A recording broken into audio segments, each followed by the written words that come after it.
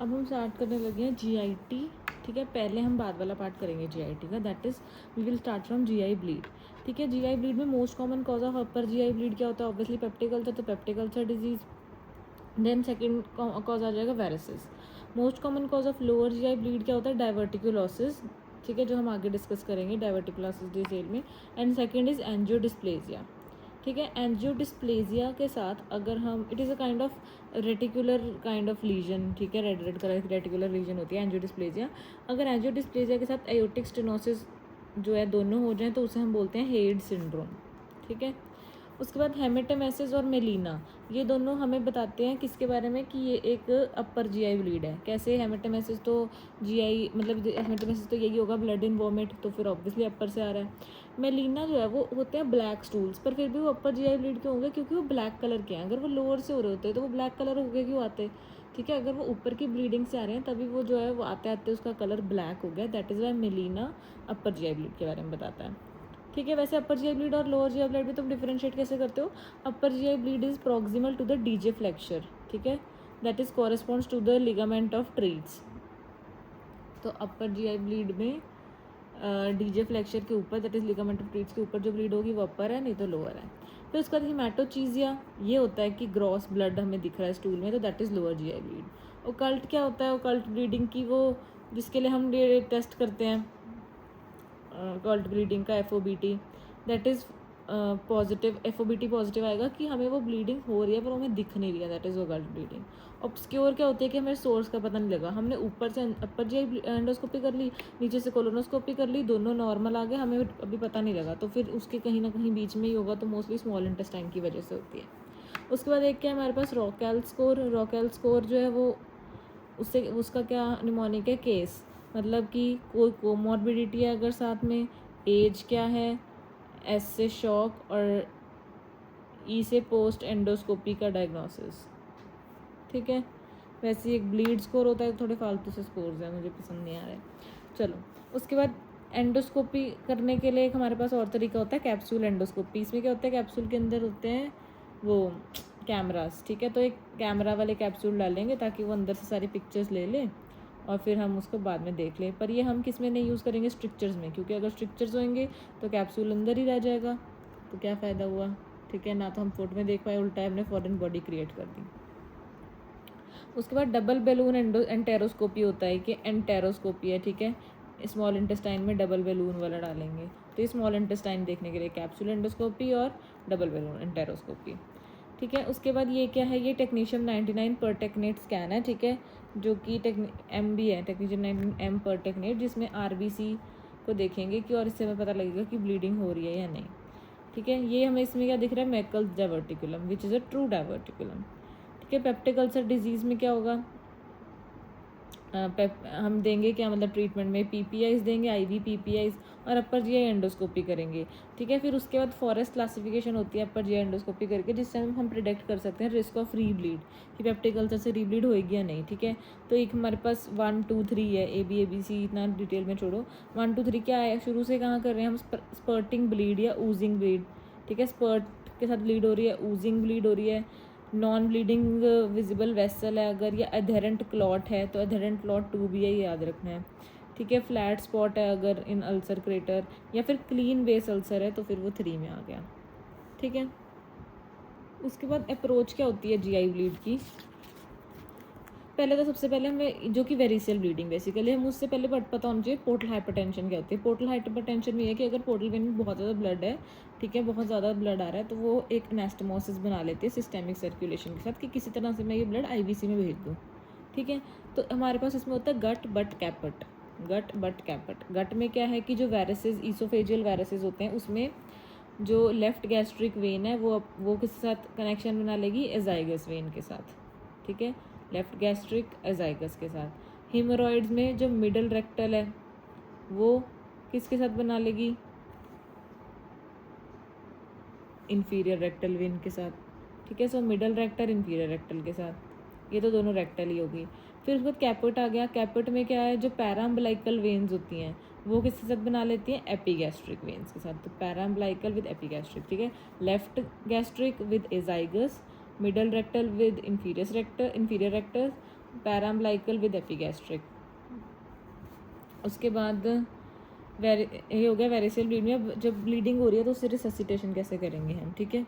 सो पहले हम basically resuscitation करा, तो उसके बाद हम जब वेरिसेस होती हैं तो उसका ट्रीटमेंट क्या देते हैं हम, ड्रग ऑफ चॉइस क्या होती है हमारे पास, टर्लीप्रेसिन।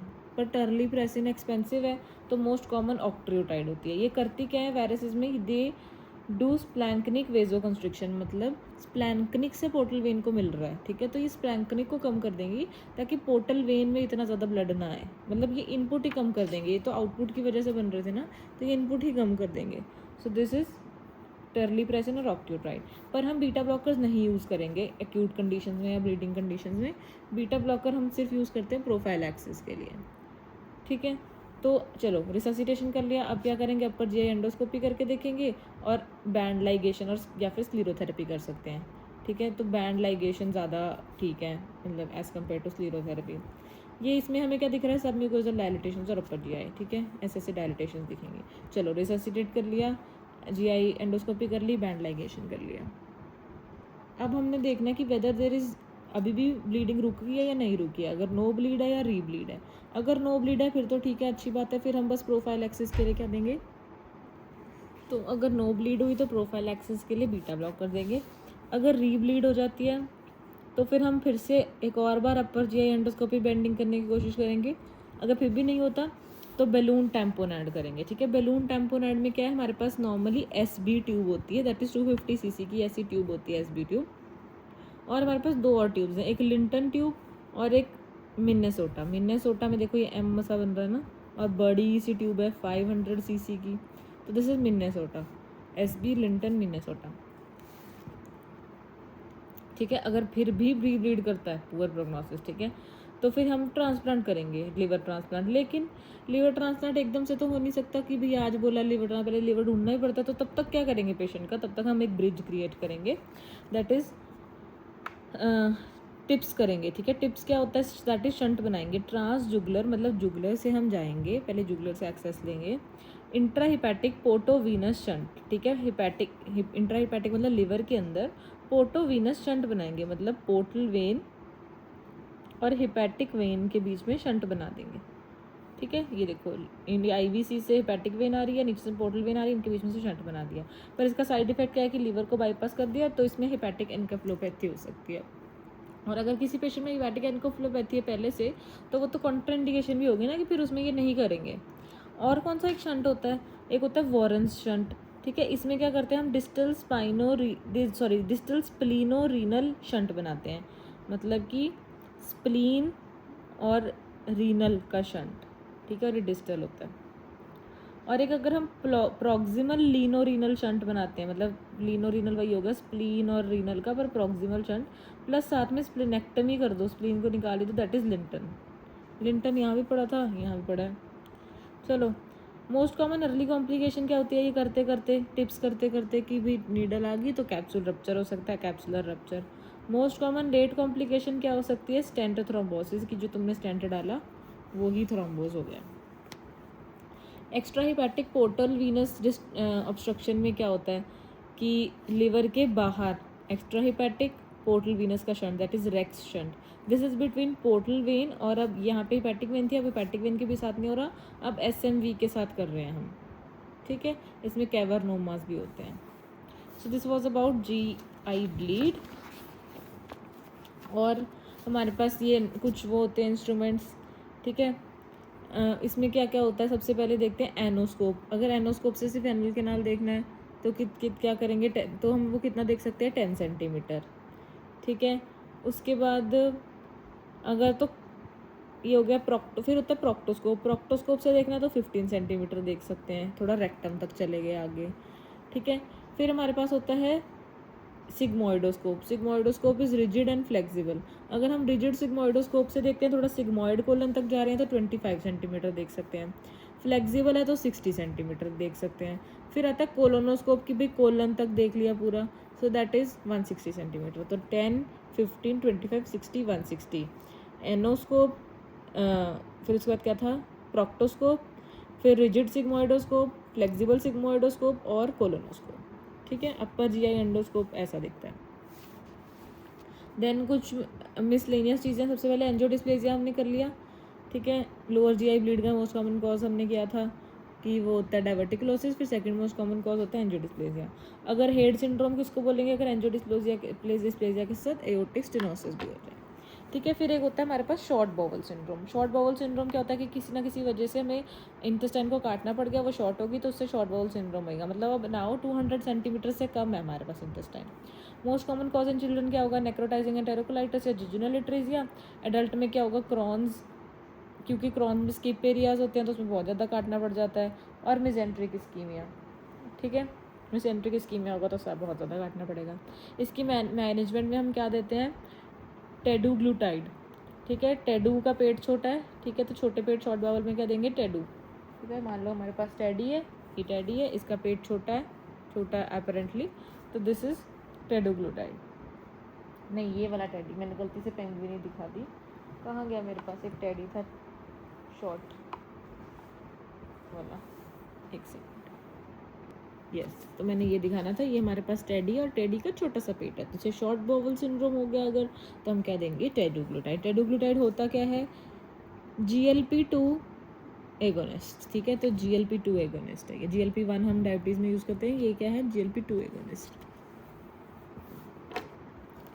उसके बाद लेंथनिंग प्रोसीजर्स कर सकते हैं, जैसे कि बियांची, स्टेप, कीमूरा, इसको लेंथनिंग करनी है अगर।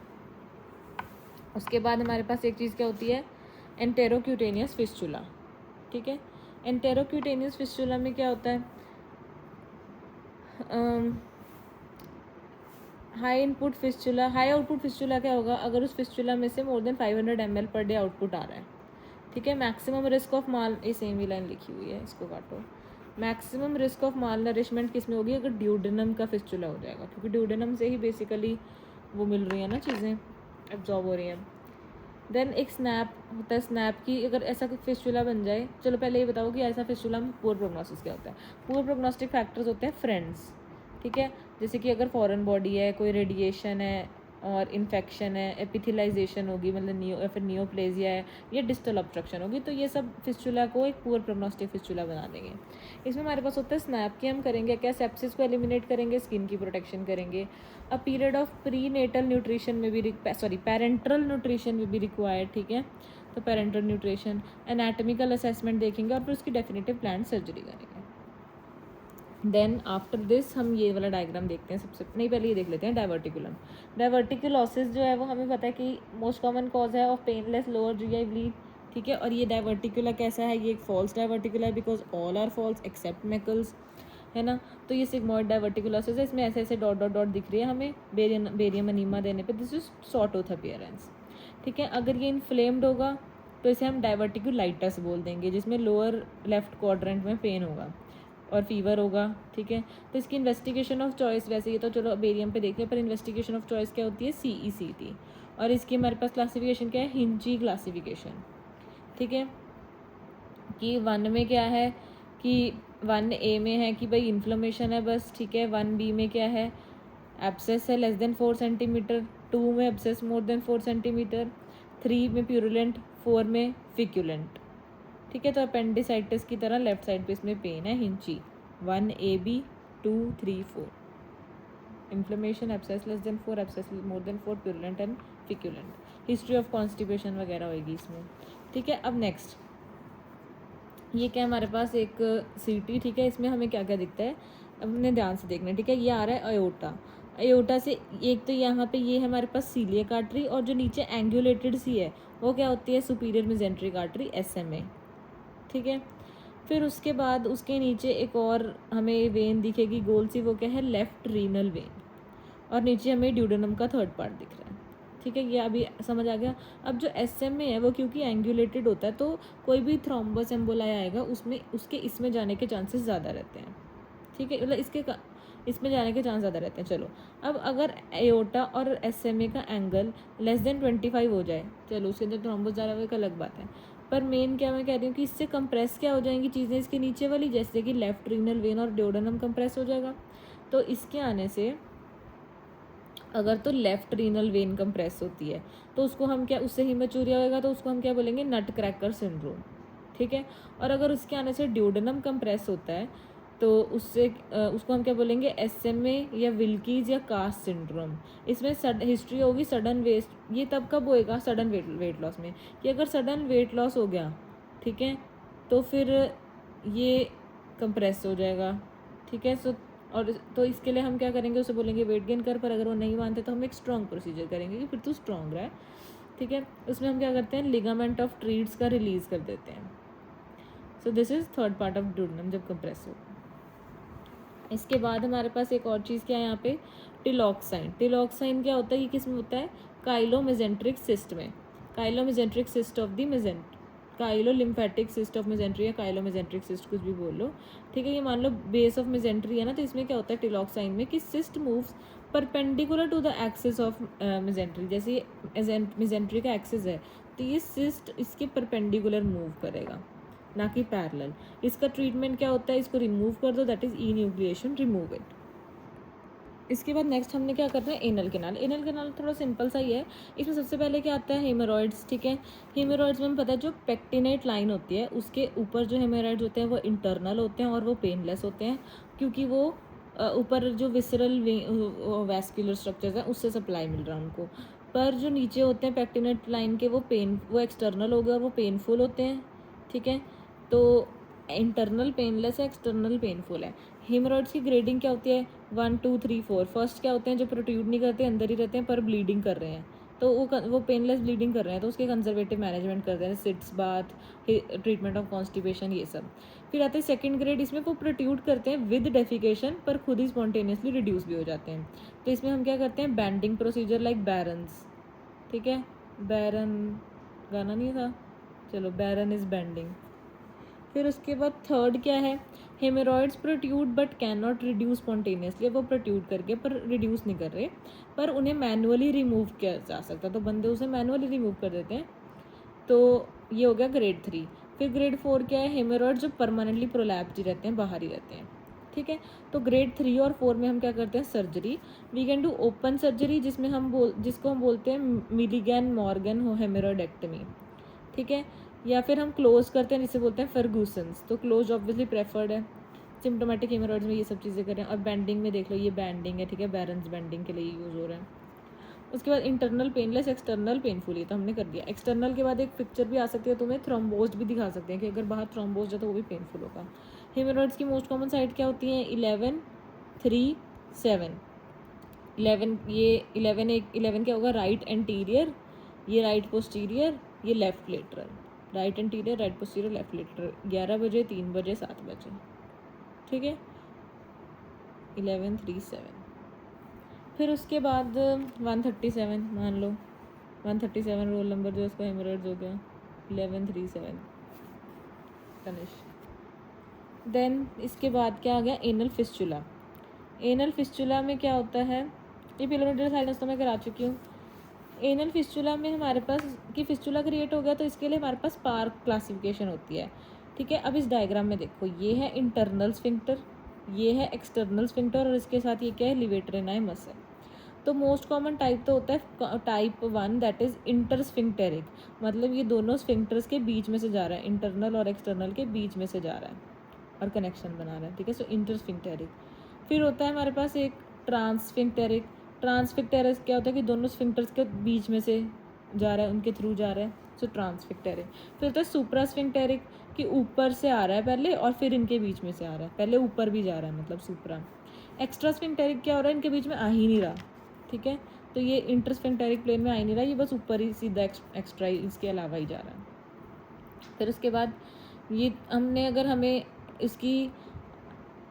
एक्सटर्नल ओपनिंग दिख रही है अगर फिस्चुला की, हम इंटरनल ओपनिंग कैसे प्रिडिक्ट करेंगे, with the help of Goodsall's rule, ठीक है। गुडसेल्स रूल में क्या होता है कि हाँ, it is use to predict the course of anal fistula and locate its internal opening, ठीक है। तो कि मतलब अगर तो ये ट्रांसवर्स एनल लाइन है मान लो, तो इसके अगर एंटीरियर कोई भी फिस्चुला होएगा, तो वो तो जहाँ पे मतलब जो इसके अगर एंटीरियर है, तो जो उसकी पोजीशन होगी, वो उसकी अंदर की पोजीशन भी उतने ही ओवरक्लॉक पे होगी, ठीक है। तो सबसे पहले बंदा लेटा हुआ ना, तो याद रखो इसकी क्लॉक ना थोड़ी उल्टी चलती है, हमें यहाँ से 3 स्टार्ट करना है, 3 6 9 12, ठीक है। 3 से स्टार्ट करना है, ऊपर जाएंगे 3, 6, 9, 12। अब वो कह रहे हैं अगर तो एंटीरियर वाला है तो फिर वो आगे उतनी ही ओ क्लॉक पोजीशन पे होगा, एक्सेप्ट वो अगर वो 3 सेंटीमीटर और मोर है, मतलब लॉन्ग एंटीरियर है, फिर वो पीछे से जाके मिड लाइन में आएगा और पीछे वाले जितने भी होंगे वो मिड लाइन में आएंगे। ठीक है, तो एंटीरियर वाला लंबा और पीछे वाले ये सब इधर ही आएंगे, that is 6 o'clock position पे। तो बाकी एंटीरियर वाले बस हैं थोड़े से जो अपनी अपनी ओ क्लॉक पोजिशन पे आएंगे। एनल फिस्टुला के इन्वेस्टिगेशन ऑफ चॉइस क्या होती है? MRI फिस्टुलोग्राफी। ठीक है, सो MRI फिस्टुलोग्राफी याद रखना है। ट्रीटमेंट ऑफ चॉइस क्या होगी? फिस्टुलेक्टमी या फिस्टुलोटमी। अगर हाई फिस्टुला है तो हम सिटॉन्स प्रोसीजर भी कर सकते हैं। ठीक है, तो ये अपने क्लॉक ऐसे बनानी है 3, 6, 9, 12। एक्सटर्नल ओपनिंग अगर इंटीरियर है और लेस देन 3 सेंटीमीटर है तो उसका कोर्स स्ट्रेट रहेगा और उसकी इंटरनल ओपनिंग कॉरस्पॉन्डिंग टू उसकी पोजीशन ही होगी। अगर एक्सटर्नल ओपनिंग इंटीरियर और मोर देन 3 सेंटीमीटर है तो उसका कर्व्ड कोर्स जाएगा। अगर पोस्टीरियर है और कोई भी डिस्टेंस है तो उसका कर्व कोर्स जाएगा, और ये दोनों पोस्टीरियर मिड लाइन 6 o'clock में जाएंगी। ठीक है, इसके लिए गुडसेल्स के डॉग से कंपेयर किया कि अगर पीछे वाला है तो वो कर्व घूम के बीच में आ रहा है, इंटीरियर वाला है तो सीधा ही जहाँ पे है वहाँ आ रहा है। ठीक है, पर हमें ये सब करने की ज़रूरत नहीं होती, हम MRI फिस्टुलोग्राफी कर सकते हैं, हमें कोई डॉग डूब नहीं चाहिए। उसके बाद आता है इन्वर्टोग्राम। इन्वर्टोग्राम क्या होता है कि अगर तुम्हें वो कोई रेडियोलॉजिकल पिक्चर दिखाएंगे तो उसमें क्या देखते हैं हम? एनोरेक्टल मालफॉर्मेशन देखने के लिए। उसमें बच्चे को इन्वर्टोग्राम क्यों बोला? उसको उल्टा, we will put the baby उल्टा। ठीक है, so done by putting the baby in उल्टा पोजीशन। तो इसके लिए एक वाइड स्प्रेड क्लासिफिकेशन होती है जो कि लो ARM और हाई ARM में डिफ्रेंशिएट करती है। इसके बाद हमारे पास कुछ स्कोर्स हैं। ठीक है, इथोरैको स्कोर तो हमने कर लिया था कि इट इज़ डन इन, मतलब इसमें हमें करना नहीं है कुछ, कि बस कॉम्प्लिकेशन ऑफ सर्जरीज में इन्वॉल्व नहीं होती है ना। अब इंट्रा ऑफ लिम्फ नोड जब रिमूव होते हैं तो उसमें हमें कितने लिम्फ नोड्स रिमूव करने होते हैं? इसके लिए हमें क्या याद रखना होता है? GB crest. ठीक है, गॉल ब्लैडर में 6, ब्रेस्ट में 10। देखो ब्रेस्ट के तो याद रख लो, ब्रेस्ट 10 और 10 होता है। ठीक है, ब्रेस्ट में 10। फिर कोलन और रेक्टम 12, ईसोफेगस 15, स्टमक 16। तो 6 से शुरू होकर 16 पे ख़त्म कर रहे हैं, 6 से लेके 16 पे चल रहा है ये। गॉल ब्लैडर 6 हो गया, स्टमक 16 हो गया, ब्रेस्ट 10 और 10 हो गया, बीच में 12 और 15 याद रख लेना। ठीक है, उसके बाद आ गया मेजेंट्रिक इस्कीमिया। मेजेंट्रिक इस्कीमिया कब होता है?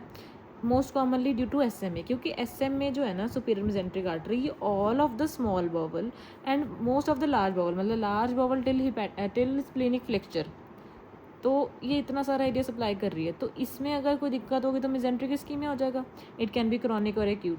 क्रॉनिक में क्या होगा? पोस्ट प्रेंडियल पेन, तो उसके ट्रीटमेंट में क्या तुम दोगे? एंटीकोएगुलेंट्स, ताकि वो ठीक हो जाए जो भी इसमें थ्रोम्बस है या कुछ भी है।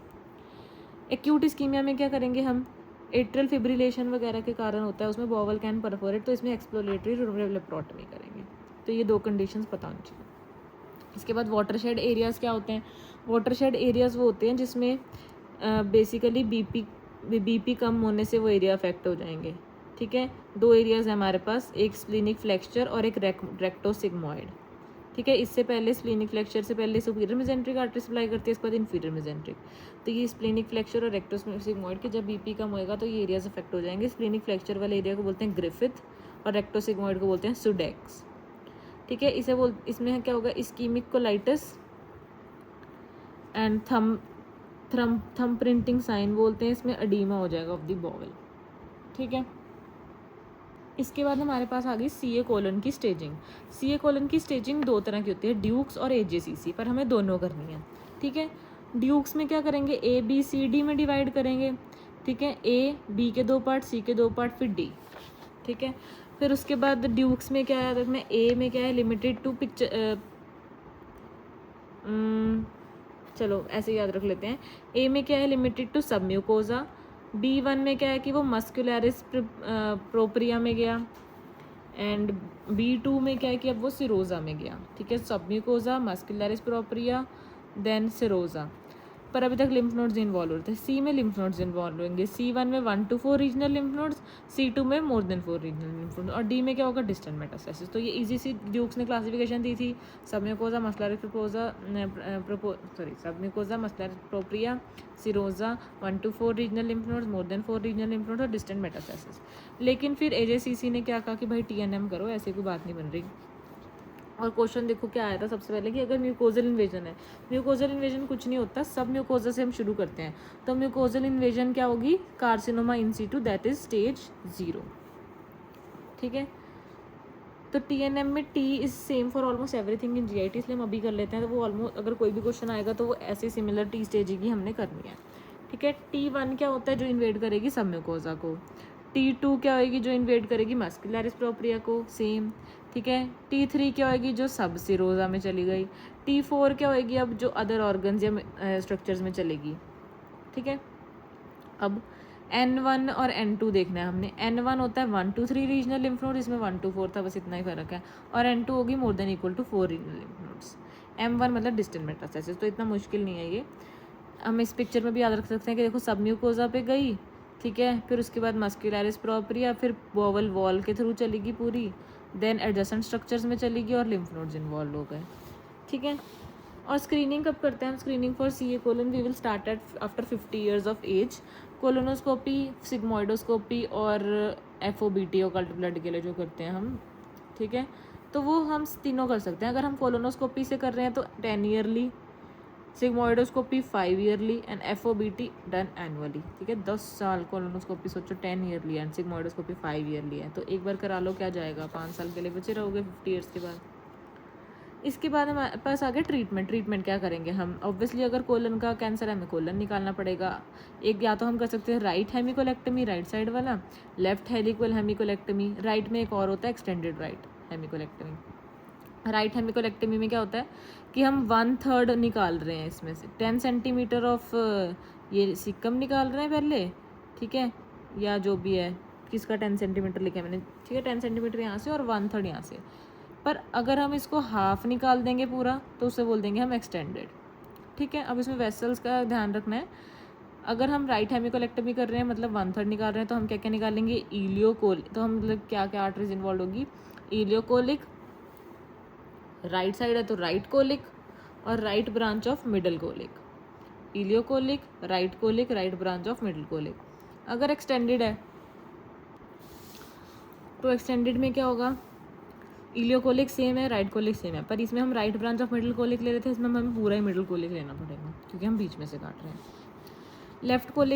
लेफ्ट हेमिकोलेक्टमी में क्या लेंगे हम, लेफ्ट कोलिक आर्टरी। ठीक है, अब ये हो गया CA कोलन। अब एक होता है हमारे पास CA रेक्टम, कर लेते हैं पहले CA रेक्टम। उसमें क्या होगी, जैसे ये रेक्टम है, ठीक है, तो ये आसपास क्या होती है इसकी, मीजोरेक्टल फेशिया। ठीक है, तो हम पूरा ही काटते हैं ऐसे मीजोरेक्टल फेशिया से, तो गोल मतलब सर्कमफ्रेंशियली तो मीजोरेक्टल फेशिया से काट लेंगे। और अगर हमें ऊपर नीचे काटना तो मार्जिन कैसे काटेंगे, प्रॉक्सिमल 5 सेंटीमीटर और डिस्टल 2 सेंटीमीटर। ठीक है, proximal 5 centimetre, distal 2 centimetre.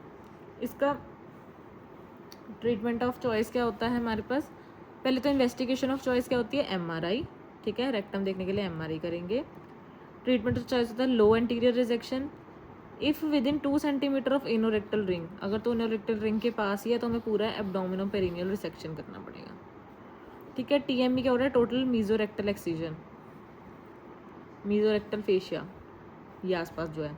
If patient is फ्राइल या फिर एक्यूट ऑब्स्ट्रक्शन है तो हम क्या करेंगे, जिसमें सर्जरी नहीं कर सकते ऐसे रिसेक्शन वगैरह, तो हम हार्टमैन्स प्रोसीजर करेंगे कि जो कैंसर वाला पार्ट है उसको निकाल दिया और एंड कोलोस्टमी कर दी।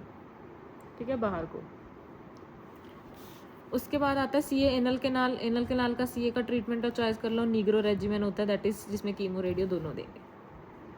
फिर हमारे पास एक आती है हैगिट क्लासिफिकेशन। हैगिट क्लासिफिकेशन में क्या होता है, रिस्क ऑफ नियोप्लेजिया देखते हैं हम इन अ पॉलिप।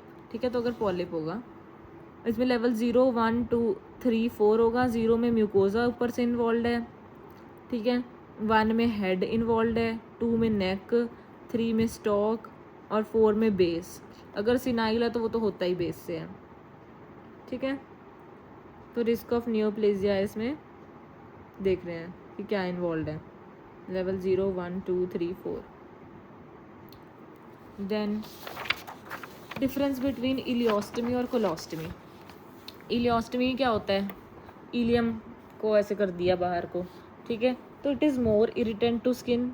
एक तो ये हाई आउटपुट हो, इसके अंदर ज़्यादा फ्लूइड होता है क्योंकि, और ये हाई आउटपुट होगा क्योंकि इसके अंदर 600 to 1200 ml पर डे का आउटपुट आएगा।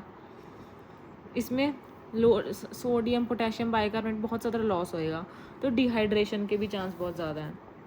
और लेस ओडरस है, पर अभी ये रिट्रैक्शन इसका मोस्ट कॉमन, इसमें रिट्रैक्शन मोस्ट कॉमन रहेगी और इसमें पाउटिंग हो जाती है। ठीक है, कोलोस्टमी में क्या होता है, less skin irritation, 200 to 600 ml per day कम ही निकलेगा, मिनिमल सा लॉस है इन सब चीज़ों का, क्योंकि ये सब तो इलियम एब्जॉर्ब कर रहा है। मोर ओडरस, पर हाँ क्योंकि फिकल मैटर है तो ओडरस ये ज़्यादा है। इसमें पी में क्या, इसमें क्या कॉम्प्लिकेशन आ सकते हैं, इसमें प्रोलैप्स हो सकता है और parastomal hernia is more common, flush with the skin. ठीक है, तो बस ये इसमें फ्लशिंग ही दिखेगी बस। नेक्स्ट हम आगे एक्यूट अपेंडिसाइटिस में, सबसे पहले अपेंडिक्स की पोजीशन देख लेते हैं। ठीक है, मोस्ट कॉमन पोजीशन क्या होती है इसकी, इसके पीछे सीकम के पीछे, दैट इज़ रेट्रोसीकल। फिर ये क्या होती है इसकी पैरेलल पैरासीकल, फिर है नीचे सबसीकल, फिर है साइड में 4 o'clock पे पेल्विक। ठीक है, और फिर इलियम के पोस्ट इलियल और प्री इलियल। इसमें से जो पोस्ट इलियल होती है वो लीस्ट कॉमन होती है। ठीक है, जब एक्यूट अपेंडिसाइटिस होता है तो फिर उसके लिए हमारे पास होता क्या है, मोस्ट कॉमन साइन क्या है हमारे पास, मैकबर्नीज पॉइंट पे टेंडरनेस होगी। मैकबर्नीज पॉइंट होता क्या है, अम्बलाइकस से ASIS में 2/3 फ्रॉम अम्बलाइकस 1/3 फ्रॉम ASIS और बीच में मैकबर्नीज पॉइंट होता है, वहाँ पे टेंडरनेस होगी। सो एस या कोप साइन क्या होता है कि flexion of hip elicits pain. ठीक है, हिप की फ्लेक्शन से भी पेन होएगा। रॉफसिंग साइन क्या है, रिवर्स साइन बोलते हैं इसको, कि पहले लेफ्ट इलियाक फोसा में पैल्पेट करने से पेन होती है, फिर उस मतलब लेफ्ट इलियाक फोसा में पैल्पेट करेंगे तो पेन कहाँ होएगी, धीरे धीरे राइट इलियाक फोसा में। इनिशियल इन्वेस्टिगेशन हमेशा अल्ट्रासाउंड होता है, पर कई बार अल्ट्रासाउंड पे नहीं दिखता, तो इसलिए इन्वेस्टिगेशन ऑफ चॉइस किसको बना दिया, CECT को। और investigation of choice in pregnancy क्या होगी, MRI, क्योंकि MRI पे पहले अल्ट्रासाउंड करा सकते हैं, बस उसमें दिखेगा ही नहीं क्योंकि डिस्प्लेसमेंट हो जाती है, तो MRI कराएंगे हम प्रेगनेंसी में। और इसमें रदरफोर्ड मॉरिसन इंसिजन देते हैं। ठीक है, हमारे पास स्कोरिंग क्या है एक्यूट अपेंडिसाइटिस के लिए, मैंट्रल्स या एल्वोराडो स्कोर। एल्वोराडो इसका नाम है, मैंट्रल्स जिसका निमोनिक है उसका नाम है, मैंट्रल्स बन गया। इसमें क्या होगा हमारे पास, M से सबसे पहले तो L और T, इसमें से L और T, LT को 2 पॉइंट्स मिलेंगे, टोटल 10 पॉइंट्स हैं। ठीक है, M से क्या है, माइग्रेशन ऑफ पेन, एपिगैस्ट्रिक से राइट इलियाक फोसा माइग्रेट होती है पेन। A से क्या है, एनोरेक्सिया, ऑब्वियसली खाना नहीं खाया जाएगा। Nausea, same reason. Then tenderness होगी इन राइट लोअर क्वाड्रेंट। ठीक है, याद रखो टेंडरनेस कहाँ है, राइट लोअर क्वाड्रेंट में है। Then rebound pain, elevated temperature, leukocytosis, shift of white blood cell to the left, मतलब ज़्यादा इमेच्योर हो रहे हैं वाइट ब्लड सेल्स, तो ऐसे करके टोटल स्कोर 10 होता है। अगर score more than equal to 7 है तो एक्यूट अपेंडिसाइटिस है और उसमें हमें सर्जरी करनी पड़ेगी। दिखेगा कैसे, अल्ट्रासाउंड पे हमें AP diameter more than 6 mm का होगा, ब्लाइंड एंड होएगा इसका और नॉन कंप्रेसिबल होगा, कि वेन तो नहीं है। ठीक है, नॉन कंप्रेसिबल है, ब्लाइंड एंडिंग है ऐसे, और ऐसे हम इसे अल्ट्रासाउंड पे पहचान सकते हैं appendicitis. More than 6 mm AP diameter होगा। ठीक है, CT पे क्या दिखेगा हमें, सीकल बार साइन। ठीक है, और एरोहेड अपीयरेंस होगी इसकी ऐसे नीचे को। और हमारे पास 2 और साइन होते हैं, 10 हॉर्न साइन और ब्लमबर्ग साइन। 10 हॉर्न क्या होता है, traction of spermatic cord of the testis से भी पेन हो रहा है। ठीक है, 10 से याद रख रहे हैं टेस्टिस की ट्रैक्शन, टेस्टिस में मतलब स्पर्मेटिक कॉर्ड की ट्रैक्शन से भी पेन हो रहा है। ब्लमबर्ग साइन क्या, रिबाउंड टेंडरनेस होती है।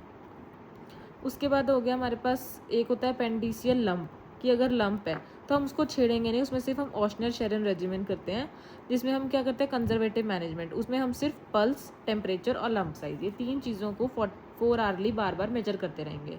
ठीक है, pulse rate, temperature, lump size, अगर तो ये ठीक है, ठीक है, तो फिर हम उसके बाद 6 to 8 वीक्स के बाद डिलेड अपेंडिसेक्टमी करेंगे।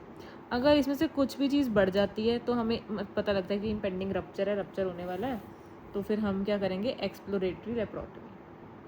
ठीक है, इंसिजन्स और इनके नहीं, पहले ये कर लेते हैं, अपेंडिशियल कार्सिनोइड क्या होता है। ये मोस्ट कॉमन साइट है फॉर कार्सिनोइड। अगर लेस देन 2 सेंटीमीटर का हो तो हम वही अपेंडिसेक्टमी करते हैं, अगर मोर देन 2 सेंटीमीटर का है तो हमें अपेंडिसेक्टमी के साथ अब राइट हेमिकोलेक्टमी भी करनी पड़ेगी। ठीक है, incisions and their name surgeries, Kocher's incision, ये देख लो यहाँ पे, एक सेकेंड, ये कॉकर्स इंसिजन है, ये हम किस में करेंगे, ओपन कोलिसिस्टेक्टमी में या फिर थायरॉयडेक्टमी में, मतलब ये वाली नहीं, कॉकर्स ही नाम होता है थायरॉयडेक्टमी में भी। फिर मर्सिडीज बेंज इंसिजन, ये ग्रीन वाली, ये लिवर ट्रांसप्लांट के लिए होती है, इसे शेवरॉन इंसिजन भी बोलते हैं। देन ये मिड लाइन वाले लेप्रोटमी के लिए, इंटर एब्डोमिनल एक्सेस के लिए मिड लाइन पूरी लेप्रोटमी करनी है तो बीच में से काट देंगे। पैरामीडियन होगी ये वाली, इसमें हम इंट्रा एब्डोमिनल, ये भी एक्सेस के लिए होता है अगर साइड में करनी है, ठीक है। ये है ट्रांसवर्स फॉर स्टोमा क्लोजर और फॉर्मेशन, जो भी है ये ट्रांसवर्स है। देन ये वाली इंपॉर्टेंट है, ये क्या है, रदरफोर्ड मॉरिसन, जो कि किडनी ट्रांसप्लांट के केसेस में हम यूज़ करते हैं, या फिर हम इस साइड ये कर सकते हैं फॉर अपेंडिसाइटिस, ठीक है। ग्रिड आयरन इंसिजन क्या होती है, ग्रिड आयरन और लैंस इंसिजन, नहीं, ग्रिड आयरन और रदरफोर्ड इंसिजन में क्या करना है हमने, एक सेकेंड। ग्रिड आयरन में जो होती है वो मसल स्प्लिटिंग होती है, ठीक है, और रदरफोर्ड जो है वो मसल कटिंग होती है, क्योंकि आयरन को तुम कट नहीं कर सकते, तो रदरफोर्ड मसल कटिंग है, ग्रिड आयरन मसल स्प्लिटिंग है। उसके बाद आता है लैंस इंसिजन। लैंस वाली में क्या करते हैं हम, ओपन अपेंडिसेक्टमी के लिए यूज़ करते हैं, स्किन क्रीज इंसिजन है ये। देन लास्ट में ये लैंस है, ठीक है, ये वाली लैंस होगी, ये लेटी हुई है जो लैंस है ना, ये ग्रिड आयरन है, टेडी ग्रिड आयरन। नीचे क्या है, फेनलस्टीन इंसिजन, जो गायनेकोलॉजिकल और ऑब्स्टेट्रिक में हम यूज़ करते हैं, ठीक है, ये फेनलस्टीन होगी। अब एक ये गिब्सन्स इंसिजन, ये यूरोगायनेकोलॉजिकल में यूज़ होता है, और एक होता है बैटल इंसिजन जो पैरारेक्टल शीथ है, रेक्टल का रेक्टम नहीं है, मतलब पैरारेक्टल शीथ, रेक्टस एब्डोमिनस में देते हैं जो, ठीक है।